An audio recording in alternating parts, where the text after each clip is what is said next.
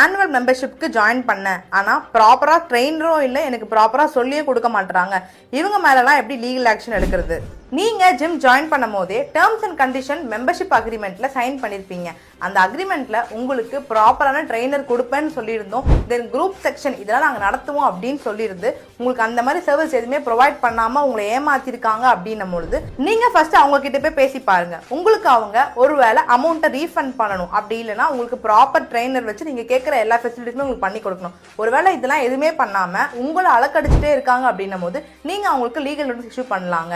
Legal notice issue பண்ணியுமே உங்க ப்ராப்ளத்தை sort out பண்ணி கொடுக்கல, உங்களுக்கு ரீஃபண்டும் கொடுக்க மாட்டாங்க அப்படின்னு இருக்கும்போது இவங்க மேல பாத்தீங்கன்னா நீங்க கன்சூமர் கோர்ட்ல கூட தாராளமா கேஸ் ஃபைல் பண்ணலாங்க. கன்சூமர் கோர்ட்ல நீங்க கேஸ் ஃபைல் பண்றது மூலமா உங்களை இப்படி அலக்கடிச்சதுக்காகவும் உங்களுக்கு சர்வீஸ் ப்ராப்பரா ப்ரொவைட் பண்ணல அப்படின்றதுக்காகவும் அவங்க உங்களுக்கு காம்பன்சேஷன் கொடுத்தே ஆகணுங்க.